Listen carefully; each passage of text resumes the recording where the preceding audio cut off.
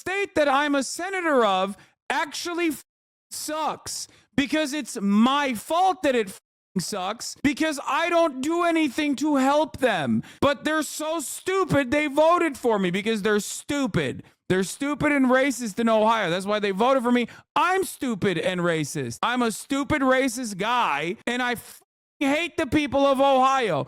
That's basically what you said. Thank you, Senator Jedediah Donaldson Vance, senator from Ohio. And they're overwhelmed because Kamala Harris allowed 20,000 Haitian migrants to get dropped into a small Ohio town of about 40,000 people, and it's completely overwhelmed the services. Now, you ask, why have I talked about some of the things that I've been talking about? Let me just say this.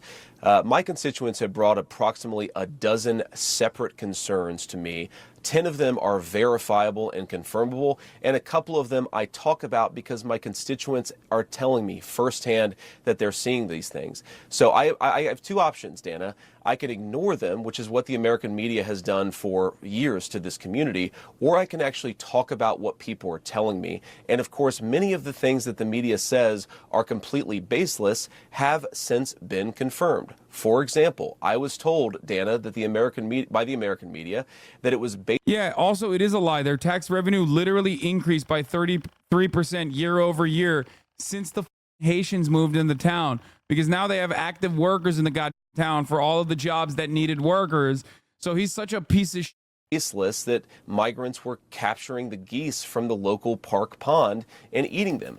And yet there are 911 calls from well before this ever became a viral sensation of people complaining about that exact thing happening. So my attitude is listen to my constituents. Sometimes they're going to say things that people don't like, but they're saying things that people don't like because their town has been overwhelmed, and it's my job to try to fight for them and to protect them. Kamala Harris opened the border, and now these people are suffering. That's what I'm focused on, Dana. Senator, I have to go through several things that you just said. First of all, the Clark County Sheriff and the Ohio Department of Natural Resources reviewed 11 months of 911 calls. They only identified 2 instances of people alleging Haitians were taking geese out of parks.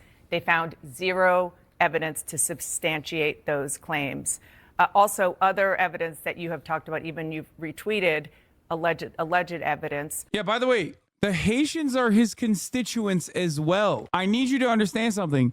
He is a senator in the state of Ohio. Those Haitians are refugees with temporary protected status. They have paperwork. They are not illegal immigrants. That is a lie. Even if they were, it wouldn't matter because they're still human beings, but they're not even illegal. They literally are tax-paying, legal, documented immigrants. Now, technically, they can't vote for him, but it doesn't change the reality that they're still his constituents. Children can't vote. Do you think children are not J.D. Vance's constituents? Is J.D. Vance going around? Okay, well, maybe he is going around saying that children should be able to vote, or at least their parents should be able to vote. And also, he probably wants them to get to work anyway. But like, he would never openly say that children are not my constituents. Actually, he might, because he's really bad at politics. And as a person who's really bad at politics, I could totally see him saying that with a straight face. Anyway. Our unsourced social media videos from a different city, apparently no connection to Haitians. And this is from a conservative activist who offered a $5,000 reward for such things. And then going just backly to the schools and the hospitals and so forth being overwhelmed. Nobody is disputing that the town of Springfield, Ohio needs help. But you're not just a bystander, you're the senator from Ohio. Thank you. Thank you. Oh my God. Thank you, Dana Fash. Exactly. You're the senator of Ohio, the state that you just said is dog shit and needs desperate help. He's so stupid. How is he so bad? It actually blows my mind how bad he is. You aren't Trump, little bro. Only Trump gets to go and visit these fucking places and be like, you people are dirty and disgusting. And they go, hell yes, brother, you're so right. We are dirty and disgusting. You don't get to do that. You don't have that charisma. Instead of saying things that are wrong and actually causing the hospitals, the schools, the government buildings to be evacuated because of bomb threats, because of the cats and dogs thing, why not actually be constructive in helping to better integrate them into the community, because there are a lot of employers there who say that the Haitian workers are helping fill jobs that they need desperately filled. Dana, first of all, let me just respond to a couple of things that you said, but I want to start with something you said, which I think is frankly disgusting and is more appropriate for a Democratic propagandist than it is for an American journalist. There is Yo, that was to a couple of things that you said, but I want to start with something you said, which I think is frankly disgusting and is more appropriate for a Democratic propagandist than it is for an American journalist. There is nothing that I have said that has led to threats against these hospitals. These hospitals, the bomb threats and so forth, it's disgusting. The violence is disgusting. We condemn it. We condemn all violence. Senator, this happened after you and President Trump were on. He always looks like a German boy whose lollipop fell on the ground and is covered by ants. I don't know how else to describe JD Vance. Like, he just has that like typical like 60s, 70s like German child look to him. Mein lolly! Oh mein God! Mein lollipoppen! Doesn't he look like that? I'm daddy's little boy. How could this have happened to me? Mein lolly. On the debate stage said that cats and dogs were being eaten. You asked a question, Dana, and I'm going to go ahead and answer. It's funny because it's like, the question is so simple. It's like, 0 bomb threats are happening in the city of Springfield. You lie about Haitians overtaking the city of Springfield and eating cats and dogs. Then the bomb threats start coming in. Springfield city officials say, these bomb threats are happening because the Republicans have placed an inappropriate amount of attention on our city by claiming that Haitians are doing all this. Everybody knows what's going on. And he's like, how dare you? You are disgusting. You are disgusting for saying the truth. Why would you say the truth directly to my face? I am a little boy whose lolly has fallen on the ground and is covered with ants. And here you are being disgusting about this. Give me a new lolly now. It.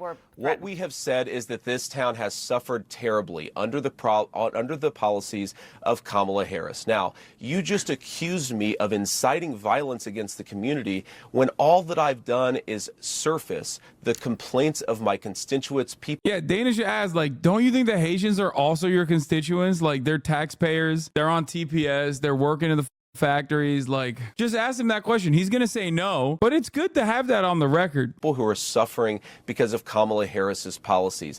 Are we not allowed to talk about these problems because some psychopaths are threatening violence? We can condemn the violence on the one hand, but also talk about the terrible consequences of Kamala Harris's open border on the other hand. Now, let me just fact check a couple of other things that you said, Dana, because it's important. You said that all of these migrants are in the country legally.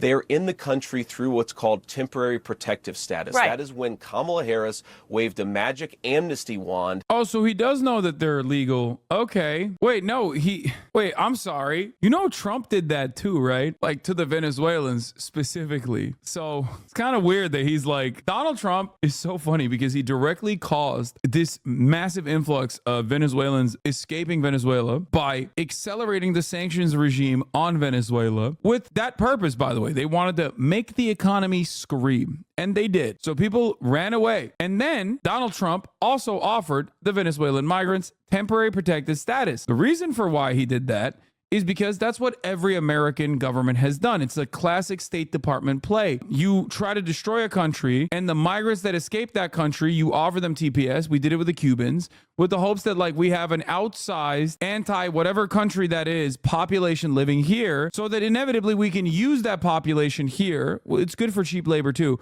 but it's also specifically so that we can use those people that are now here against whichever country that we want to even further. If you ask most Cuban voters what to do with Cuba, they will say unhinged shit like bomb it and destroy it, nuke the island, and give it to us afterwards. You don't have to look any further than the motherfucking mayor of Miami, who is of Cuban descent, who literally said this, by the way. Okay? So that's what they did with the TPS for the Venezuelan migrants, because they were like, well, they're leaving the country. They hate Maduro. We can use these guys against Venezuela down the line. Except now you're like, they're all criminal rapists, drug dealer gangsters who are taking over the apartment complexes. These Venezuelans that we gave temporary protected status to, that we literally like forced out of Venezuela with our insane sanctions. Those guys are now the rapists that we brought into the country and gave TPS to. It doesn't make any sense. And it's not supposed to. Those guys are like, the Republicans are pieces of shit.